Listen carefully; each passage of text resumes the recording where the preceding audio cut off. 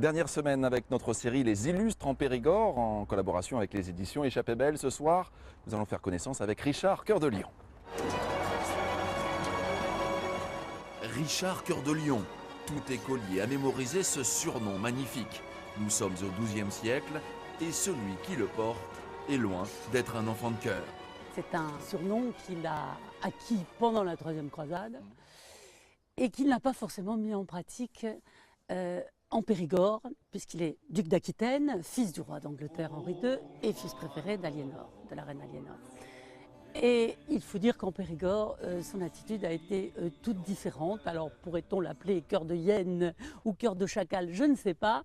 Mais en tout cas, il s'est plutôt livré en Périgord au moment de cette lutte pour prendre le trône à son père et pour détrôner aussi ses fils qui sont plus âgés que lui. Il va livrer une guerre en Périgord, il va affronter les seigneurs les uns contre les autres alors qu'Henri II avait été vraiment le roi du rassemblement, au contraire.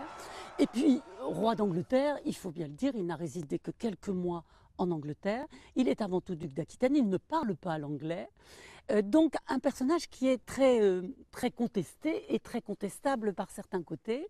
En même temps, un roi poète, on est au temps de l'amour courtois, il rivalise avec cela avec Bertrand de Born, qui est un de ses compagnons sur le tard, et il va finir, je dois dire, de façon relativement peu honorable, après avoir assiégé le château de Piégut-Pluviers, il va finir sous les murs de Chalus, où il espérait, dans ce château, découvrir un trésor caché.